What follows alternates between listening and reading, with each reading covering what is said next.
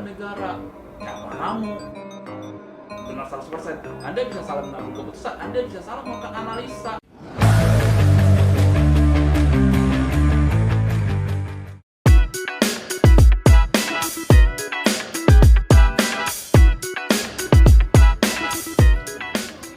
Halo Sobat Jontex, kembali lagi bersama Maulida, tentunya dalam acara Mister Pajak Podcast.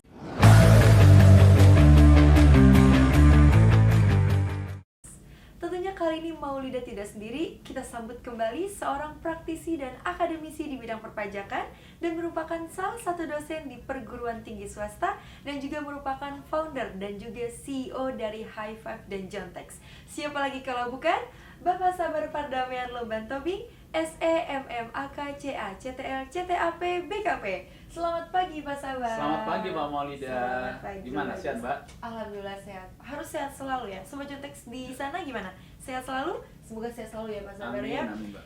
Oke.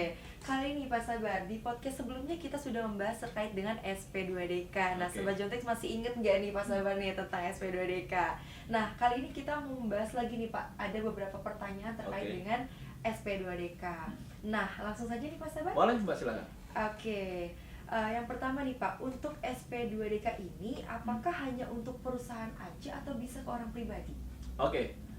Terkait dengan SP2DK, kita udah bahas sebelumnya itu surat permintaan data dan keterangan. Betul.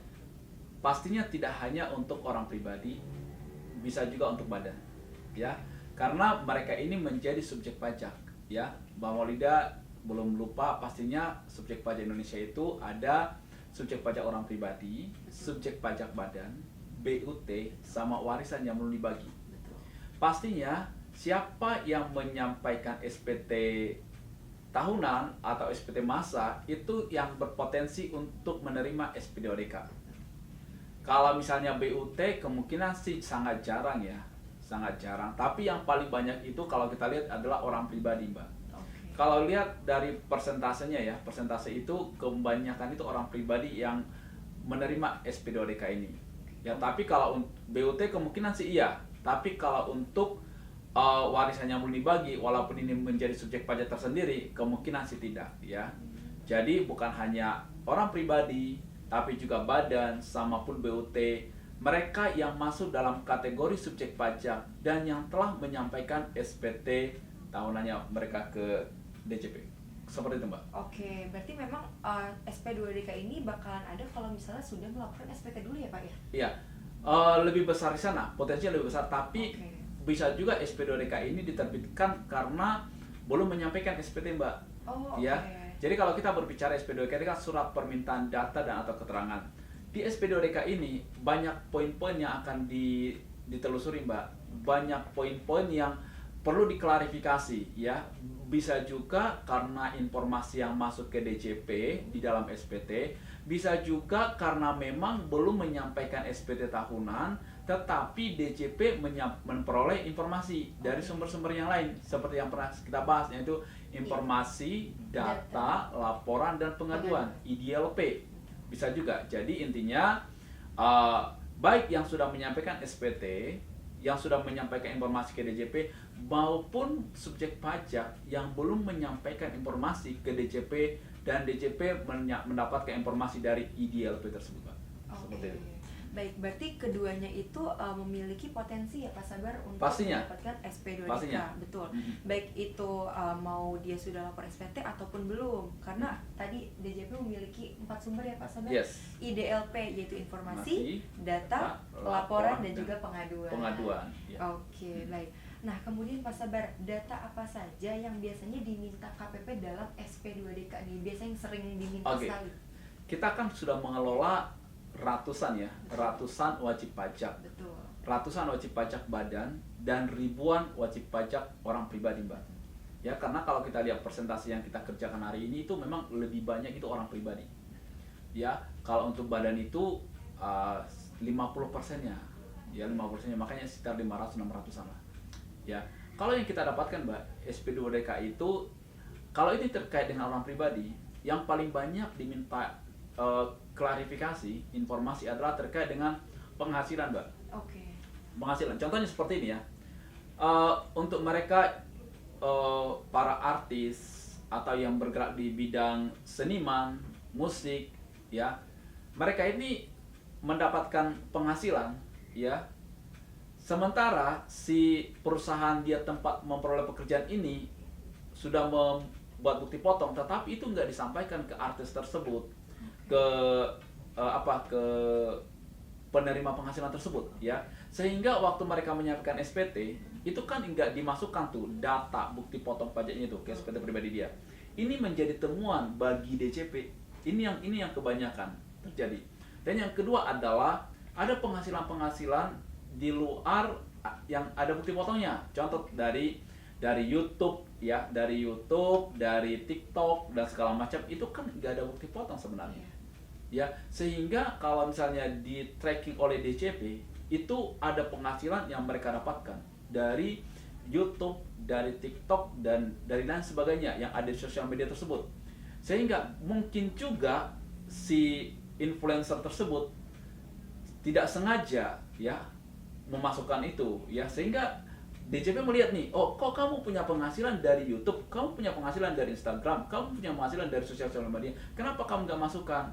Kan seperti itu. Karena itu kedeteksi otomatis oleh DCP, ya, sehingga mereka melihat, oh, ini kamu belum masukkan. Itu salah satu informasi yang perlu ditelusuri kembali oleh DCP melalui apa? Melalui surat permintaan data atau keterangan. Dan yang berikutnya adalah aset, ya. Aset ini pun menjadi temuan yang sering ditemukan oleh DCP. Misalnya, oh, ada pembelian aset di kota A, pembelian aset di kota B, ataupun mungkin juga aset tersebut sudah dijual, Mbak. Ini yang menjadi masalah juga, ya. Maksudnya gini, oh, saya beli aset tersebut 2020 misalnya, saya sudah jual di 2022. Loh, dicek dong SPT-nya, SPT 2022 kok nggak ada lagi pelaporan itu. Ternyata kedeteksi oleh DCP ada pembelian itu di tahun-tahun sebelumnya.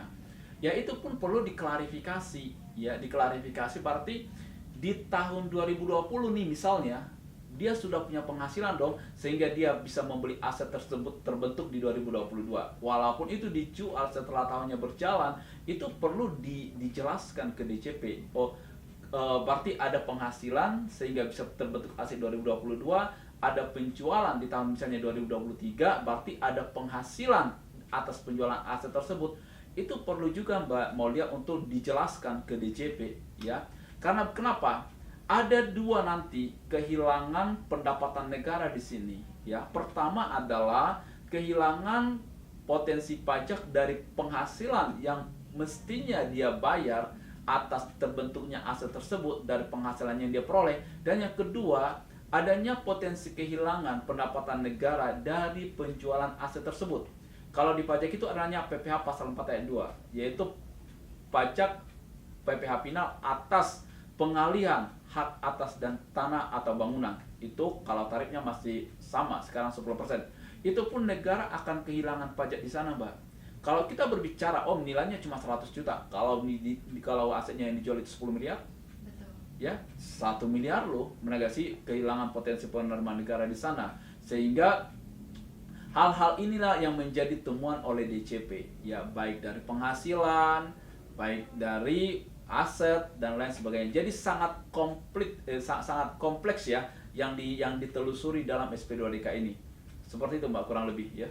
Oke, nah karena di Jontex ini juga sama ya Pak, menerima untuk cara menanggapi SP2DK ini, Yes. kan mostly tadi kebanyakan dari orang pribadi nih Pak. Orang pribadi. Nah, untuk orang pribadi kan tadi sudah dijelaskan oleh Pak Sabar tuh kebanyakan dari penghasilan dan juga asetnya. Asetnya. Nah, kalau misalnya badan nih Pak, perusahaan itu kebanyakan dari apa tuh Pak yang suka Oke. SP2DK? Badan itu lebih kompleks lagi, Mbak. Ya, lebih kompleks lagi. Itu malah lebih banyak. Kalau yang walaupun dari segi kuantitinya yang disurati itu orang pribadi lebih banyak, tapi kalau misalnya yang disurati ini, yang dikirim SP2DK ini ke badan, itu itemnya lebih banyak lagi, Mbak. Contoh dari penghasilan, omset, ya, omsetnya apakah sudah dilaporkan dengan sebenarnya, apakah sudah dipungut PPN-nya sesuai dengan penjualan yang sudah dilakukan, itu salah satunya. Yang kedua, maupun dari HPP, ya, harga pokok penjualan atau COGS namanya, cost of goods sold atau COGS atau HPP. Itu pun nanti akan di-tracking kembali, Mbak. Oh, dari mana kamu beli barangnya, terus siapa penjual barangnya, berapa total pembeliannya, berapa total profit, itu semua bisa di-tracking. Itu bisa disurati lagi. Terus yang paling banyak itu lagi di antara 1, 2, yang 3 ini adalah tentang biaya. Biaya ini yang kembali banyak banget akan disurati oleh DCP. Contoh, PPh pasal 21, total jumlah karyawan yang sudah membayar PPh 21 yang sudah dipotong berapa, terus yang kedua biaya-biaya untuk sewa, maintenance, terus sewa gedung, terus biaya entertain, terus biaya operasional perusahaan. Itu semua kan karena itemnya itu banyak banget ya. Kalau kita lihat laporan keuangan itu dari sales terus sama COGS ketemu laba kotor terus baru biaya yang lain, itu kan semua kan runtutannya kan paling banyak banget itu. Ini item-item ini yang kebanyakan akan diminta klarifikasi oleh DCP, Mbak, ya, sehingga penting untuk menyimpan semua bukti-bukti transaksi yang ada di perusahaan tersebut. Supaya apa? Supaya nanti saat dilakukan klarifikasi, konfirmasi terhadap angka-angka yang laporan keuangan itu bisa dijelaskan oleh si WP itu dengan baik. Pastinya dengan bukti, nggak bisa, oh ini biayanya tapi nggak ada buktinya, harus bisa ditelusuri, Mbak. Harus ada pengujian arus kas dan pengujian arus piutang dan lain sebagainya, pengujian arus barang, itu semua bisa dicek oleh si DCP. Mereka punya kewenangan, karena negara memberikan kewenangan mandat di dalam undang-undang bahwa mereka punya kekuasaan untuk melakukan klarifikasi dan melakukan perhitungan ulang atas pajak yang sekiranya itu belum sepenuhnya dibayarkan, Mbak, gitu. Nah, ternyata untuk badan itu lebih kompleks ya, Pak Sabar ya. Betul. Nah, pentingnya untuk perusahaan-perusahaan ini untuk menyimpan bukti-bukti transaksinya jika suatu saat adanya pemeriksaan atau perlu konfirmasi data itu mereka punya ya, Pak. Betul. Karena semua itu berbicaranya berdasarkan data. Ya. Betul. Nah, oke, Pak Sabar. Terkait itu, Pak, apakah ada lampiran-lampiran khusus nih, Pak Sabar, yang perlu disertakan dalam jawaban SP2DK? Pastinya. Jadi seperti ini, Mbak. Di samping kita memberikan jawaban terhadap SP2DK tersebut, buktinya harus kita lampirkan, Mbak. Jadi, misalnya mereka konfirmasi nih terkait dengan PPh pasal 21, ya, gaji nih misalnya, gaji yang dibayarkan perusahaan ini misalnya total 10 miliar. Oke, kita udah jawab nih, kami sudah membayarkan total gaji 10 miliar, ya kan? Pastinya kita harus melampirkan buktinya dong. Mana bukti pemotongan PPh pasal 21? Mana bukti pembayaran kepada karyawan melalui contoh slip gaji, udah pasti.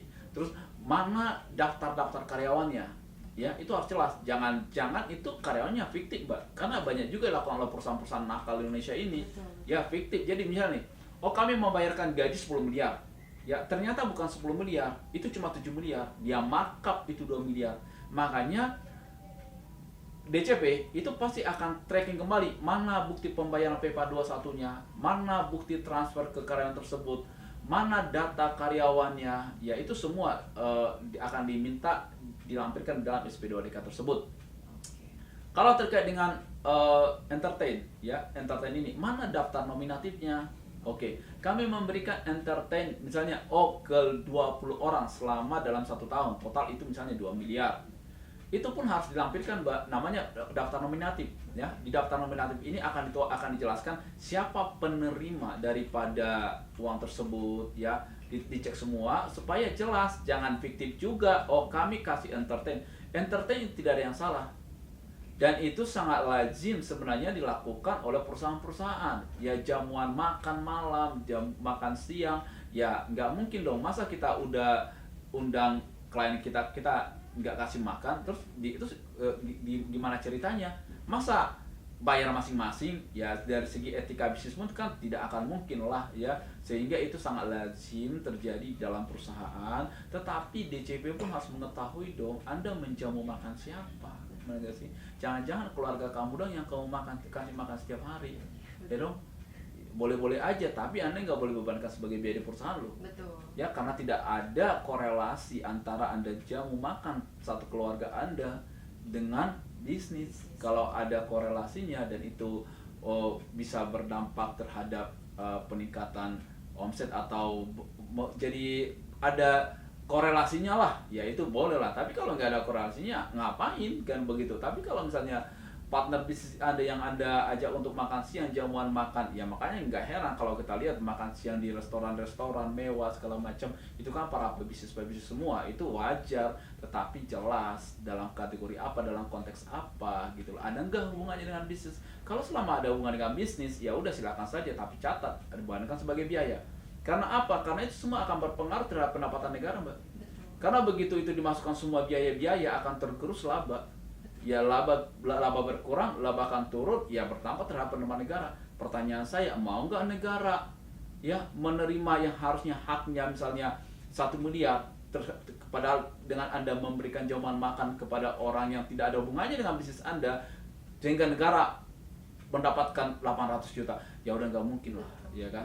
Jadi jangan karena Anda melakukan aktivitas tersebut sehingga negara yang dirugikan gitu loh. Ya, kembali lagi karena yang dipajaki adalah laba bersih, sehingga perlu konfirmasi, perlu data valid yang mesti diperoleh oleh DJP, Mbak. Bukan hanya informasi yang tertulis, tetapi ada bukti otentik. Ada data yang bisa divalidasi, ada data yang bisa dikonfirmasi terhadap bukti-bukti tersebut. Bukti tersebut pun harus bukti tahan uji, Mbak. Jadi bukan hanya bukti yang dimodifikasi, oke buat aja lah segala macam bukti-bukti, nggak bisa.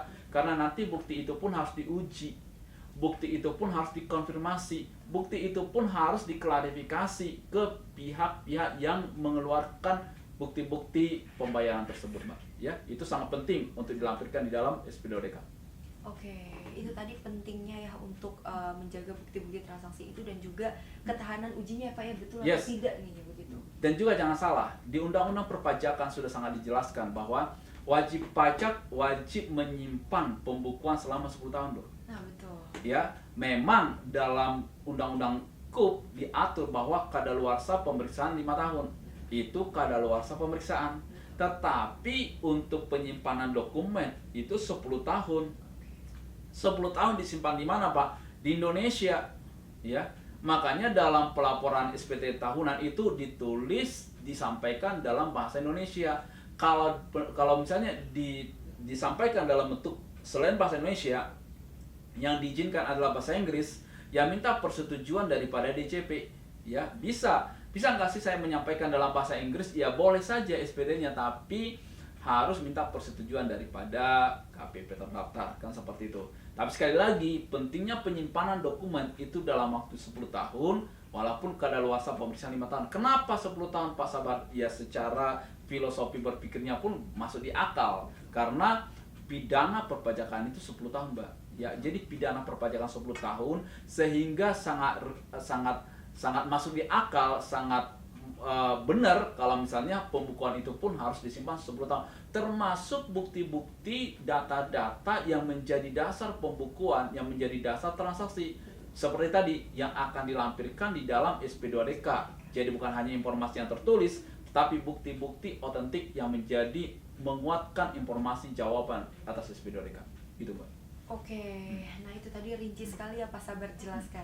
Nah, kita kan sudah banyak nih Pak Sabar mengetahui tentang SP2DK. Yeah. Sebetulnya nih tujuan utama dari adanya SP2DK itu apa sih Pak Sabar? Sebenarnya kalau kita berbicara tujuan itu untuk mengkonfirmasi atas validnya data SPT tahunan. Seperti itu. Jadi kalau tujuannya itu apa? Sebenarnya SP2DK ini tidak akan timbul, Mbak Maulida. SP2DK ini tidak akan timbul jika DJP yakin 100% data yang masuk di SPT dan data pembanding yang masuk dari IDLP itu benar. Ya, tetapi karena ada keraguan, adanya ketidaksesuaian, ini poinnya nih, adanya ketidaksesuaian data SPT tahunan, SPT masa dengan data yang diperbandingkan dengan IDLP tadi, informasi, data, laporan, dan pengaduan. Kalaupun misalnya ada pengaduan, Mbak, kita ambil contoh nih, ada pengaduan dari masyarakat, tetapi kalau misalnya dicek dengan SP tahunan itu sudah oke, nggak perlu SP2DK. Ada nih data pembanding dari perbankan, dari non-perbankan, dari OJK, dari BI dan lain sebagainya lah itu, ya kan? Diperbandingkan lagi nih, di-compare lagi nih dengan data yang masuk di SPDOK sama, tidak perlu SPDOK. Oh, apalagi nih, tadi udah pengaduan sudah, data sudah, ya, dan juga informasi-informasi tambahan. Kalau misalnya disandingkan dengan data yang disampaikan oleh WP dan itu sama, tidak ada perbedaan, saya sangat yakin 100% SP2TK tidak akan dikirim. Ya, tidak akan dikirim. Ya, sehingga perlu konfirmasi, perlu jawaban yang valid daripada WP atas SP2TK. Bisa juga datanya yang keliru, jangan salah. Banyak SP2TK yang saya terima itu banyak juga data mereka yang keliru. Bahkan metode perhitungan mereka salah dari DJP. Jadi tidak 100% DJP itu salah, WP itu salah. Tapi bisa juga data yang dari DJP itu yang keliru. Bisa dong. Kan DJP kan bukan Tuhan. Iya, betul. Yang semua mereka yang paling benar, enggak juga lah. Bisa juga DJP yang salah perhitungan. Makanya contoh perhitungan penghasilan yang didapatkan dari YouTube misalnya, ya dihitung view-nya berapa, view-nya bla bla bla bla, dihitung segala macam. Oh, saya mau tanya, pernah kan KPP saya pertanyakan, metodologi mana yang Anda gunakan dalam perhitungan ini? Ya, rumus mana yang Anda gunakan? Kita kan orang akademisi. Contoh kayak saya ambil doktor, ya. Itu perhitungannya itu harus valid. Rumus yang saya gunakan, metode yang saya gunakan itu memang harus bisa dipertanggungjawabkan. Data yang saya dapatkan dari lapangan saya olah melalui EPIUS namanya, ya, dan juga lain sebagainya. Ini metode yang digunakan itu harus valid, Mbak. Contoh nih, saya kasih ilustrasi yang paling mudah. Waktu kita sakit, ya, diambil darah, dimasukkan ke lab, ya. Labnya itu kan benar harus melakukan suatu pengukuran yang valid dong, supaya nanti hasil lab ini bisa menjadi rekomendasi dalam tindakan selanjutnya yang dilakukan oleh dokter, kan seperti itu. Sama nih, misalnya nih, oh ada di YouTube sekian penghasilan bla bla bla, ya kan, terus dihitung, dipakai metode yang salah, dipakai rumusan yang salah, ya udah pasti hasilnya salah, ya, sehingga perlu validitasnya seperti itu, ya, sehingga nanti saat dikonfirmasi ke WP mereka nggak jadi bulan-bulanan WP. Kalau saya kan kalau nggak benar saya bilang Anda nggak benar, metode Anda nggak benar, ya, rumusan Anda nggak benar, ya, sehingga banyak yang jadi mentah, yang jadi batal, yang tidak menjadi sesuatu yang perlu ditindaklanjuti lagi atas SP2DK mereka, ya, gitu Mbak Maulida. Nah, berarti ternyata KPP itu bisa salah juga ya, Pak Sabar? Bisa. Oh, saya kira tuh udah pasti bener nih kalau SP2DK udah pasti dong. bener. Kan Anda DCP kan, teman-teman saya kan di DCP kan banyak. Anda kan bukan Tuhan. Iya, betul. Sri Mulyani pun bisa salah loh. Betul. Ya, jadi bukan berarti nggak apa-apa Sri Mulyani kalau komentarin saya ya silakan saja. Tapi kan Anda manusia bisa salah loh. Betul, Benar sih? betul. Terus bukan berarti semua yang Anda sampaikan itu benar. Siapa kamu? Benar 100%. Anda bisa salah mengambil keputusan. Anda bisa salah melakukan analisa. Makanya DCP itu sebelum mengirimkan SP2DK, oke, contoh seperti yang kasih contoh tadi, kayak YouTube viewersnya segala macam, ya, kurs yang gunakan lu kurs tahun berapa, benar gak sih? Intinya adalah metodenya itu harus benar. Kita kan orang akademisi, Mbak. Saya kan dibesarkan di bangku akademisi, mulai dari jenjang pendidikan yang paling rendah, akademi, D3, S1, S2, akuntan negara, sampai doktoral. Sekarang saya udah ambil program doktoral, kandidat doktor. Ya, menurut yang saya pelajari, ya memang harus terstruktur. Kalau kita melakukan suatu analisa, ya, data, walaupun datanya ini benar nih, valid 1.000.000%, itu tidak diragukan nih datanya ini. Tetapi kalau misalnya metode yang kita gunakan salah, rumus yang kita gunakan salah untuk menganalisa data ini, sudah pasti 100% hasilnya salah. Betul. Ya, jadi dua-duanya harus benar. Pengukurannya benar, rumusnya benar, metodologinya benar, sama datanya valid, baru Anda masukkan. Begitu Anda masukkan, keluarlah hasil yang valid. Hasil yang bisa dipertanggungjawabkan. Seperti yang saya kasih tadi contoh, kayak dokter. Dokter di seluruh dunia ini tidak akan pernah mengambil suatu tindakan, ya, kalau dia tidak membaca hasil lab yang valid. Itu intinya. Kan nggak mungkin dong tiba-tiba kita datang ke rumah sakit, kita ketemu sama dokter jantung. Oh, saya pikir, menurut penerawangan saya Anda itu sakit apa namanya? Sakit jantung. Ya, besok pagi kita operasi. Lu siapa yang mau? Benar gak sih? Betul. Itu kan contoh kecilnya dong. Iya. Atau menurut dugaan saya, dugaan sementara Anda itu DBD, sehingga Anda harus dirawat.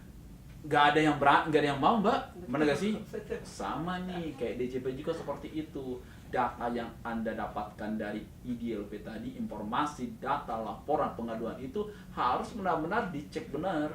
Betul. Dicek betul-betul, diuji dulu datanya. Betul. Ya, supaya tidak menjadi bumerang, jadi backfire buat DJP.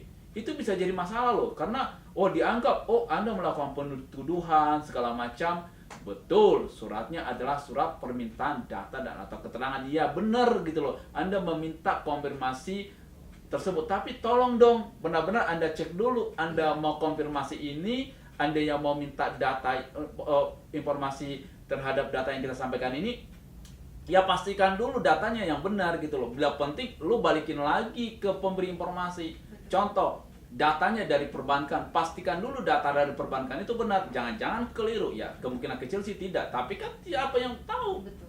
Ya, human error segala macam, ya sistem aja bisa dibobol kok, gimana ceritanya, benar gak sih? Oke, apalagi laporan dari mana nih? Cek dulu pemberi laporannya udah benar apa belum. Jangan-jangan laporannya keliru. Jangan-jangan karena ketidaksukaan, misalnya, saya nggak suka sama Pak Sabar, saya buat aja laporannya nggak benar-benar gini. Ya kan bisa, ya dong. Saya nggak suka nih sama Bang Maulida, terus dikirim data-data yang tidak valid, data-data yang ya data sampah lah kalau saya bilang, dia masukin ke DJP, terus DJP telan mentah-mentah seperti itu. Loh, fungsi Anda apa? Betul. Ya dong. Fungsi Anda adalah untuk memastikan data itu clear, data itu valid. Setelah menurut Anda valid, Anda konfirmasi kepada WP, kan begitu dong ceritanya. Betul. Oke, nanti kita lihat tanggapan DJP. Kalau data Anda udah data tahan uji, informasi tahan uji, waktu WP memberikan suatu bantahan, Anda pun minta bantah balik dong. Benar gak sih? Betul. Sekarang kan kita kan berbicara data, benar gak sih? Informasi. Makanya kalau perlu di pemeriksaan adalah menguji pengumpulan informasi data untuk dilakukan pengujian. Ya, data itu berbagai macam cara lah, banyak lah. Apalagi zaman sekarang kan sudah jelas, saya di podcast sebelumnya sudah saya sampaikan. Ada namanya automatic exchange of information. Ya, keterbukaan informasi, pertukaran informasi untuk kepentingan perpajakan. Tetapi tolong dipastikan datanya data yang benar. Betul. Supaya tidak menjadi backfire bagi DJP. Gitu loh, Mbak. Oke. Ya? Berarti human error itu kan bisa terjadi sama siapa aja ya Pak Betul. Sabar ya. Nah, untuk Sobat Jontex nih, untuk WP di luar sana yang mungkin menerima SP2DK, nggak perlu panik, tapi perlu kita uji kembali datanya ya Pak Sabar ya. Betul nggak sih kalau misal data yang kita sampaikan itu tidak sesuai?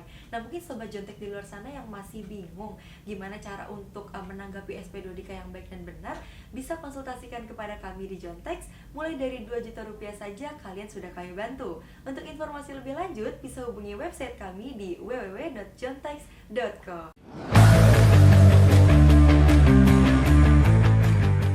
Nah, sebelum lanjut, buat Sobat Jontex yang masih kesusahan untuk pelaporan SPT pribadi, tenang aja, karena di Jontex bisa bantu laporkan loh.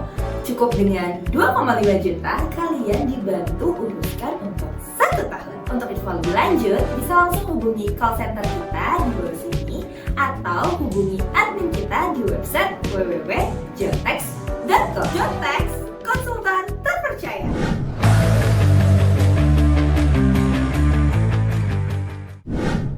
Oke Pak Sabar. Nah, terkait dengan tadi yang saya sebutkan terkait cara menanggapi SP2DK nih Pak Sabar, yang benar tuh gimana sih Pak untuk menanggapinya? Ya, pertama kalau kita berbicara menanggapi surat, jangan sampai melebihi jangka waktu yang diminta. Itu dulu ya. Kalau kita udah benar nih dari segi, kan mereka kan kasih tenggang waktu kan, kalau nggak salah itu 14 hari. 14 hari SP2DK harus berikan tanggapan. Ya, jangan sampai melewati 14 hari. Betul. Kan seperti itu. Supaya apa? Supaya tidak menjadi kesalahan daripada si WP. Kan nanti kan mereka bilang, Anda dari segi jangka waktu Anda sudah wan prestasi. Betul. Kan begitu ya? Anda sudah wan prestasi. Kan sudah kita bilang nih, maksimum 14 hari kerja Anda harus memberikan tanggapan atas SP2DK. Anda tidak memberikan tanggapan, ya. dari situ Anda sudah one prestasi dari jangka waktu. Yang kedua, ya informasi yang kita sampaikan itu harus informasi yang valid, Mbak. Ya jangan ngarang, benar gak sih? Jangan ngarang, oh daripada nggak ditanggapi, ngarang aja lah. Ya nggak boleh dong, benar gak sih? Betul.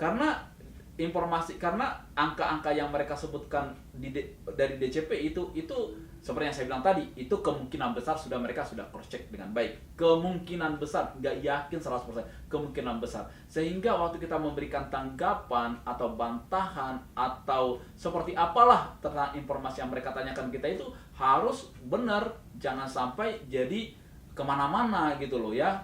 Sehingga 2 poin itu sih yang sangat penting. Pertama adalah dari jangka waktunya itu harus, dan juga dari bantahan informasi yang kita sampaikan ya. Supaya apa? Karena kalau kita melebihi jangka waktu 14 hari ini, DCP itu akan memberikan suatu kesimpulan. Ada 2 kesimpulan yang mereka ambil. Pertama, memang benar seperti itu, sehingga Anda tidak berani membantah surat kita. Yang kedua, memang ini harus diajukan ke pemeriksaan.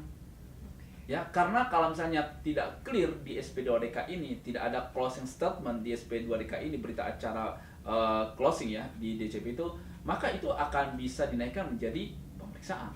Pemeriksaan itu masuk nanti ke divisi yang lain, ya itu beda lagi. Itu misalnya karena SP2DK ini kebanyakan ini ada di tingkat AR, Mbak, account representative ya, AR itu masih di tingkat AR itu ya.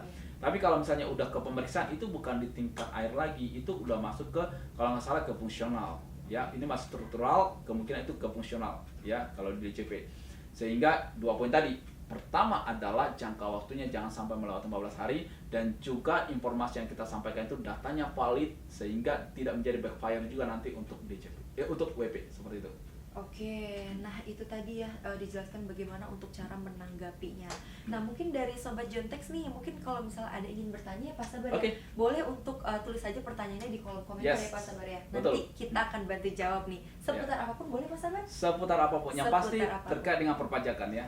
Di luar perpajakan ya kita pasti tidak memberikan jawaban. Betul, ya. karena Pak Sabar kan praktisi dan akademisi ahlinya di bidang perpajakan nih Sobat Jontex. Jadi boleh ya untuk Sobat Jontex yang mau bertanya seputar apapun terkait perpajakan, boleh untuk mengisi di kolom komentar. Oke Pak Sabar, kita sudah mengetahui banyak nih Pak terkait dengan SP2DK. Nah semoga apa yang disampaikan oleh Pak Sabar ini bisa bermanfaat dan membuat Sobat Jontex semakin luas lagi nih wawasannya. Nah untuk Sobat Jontex, untuk kedepannya kita akan membahas lagi terkait perpajakan.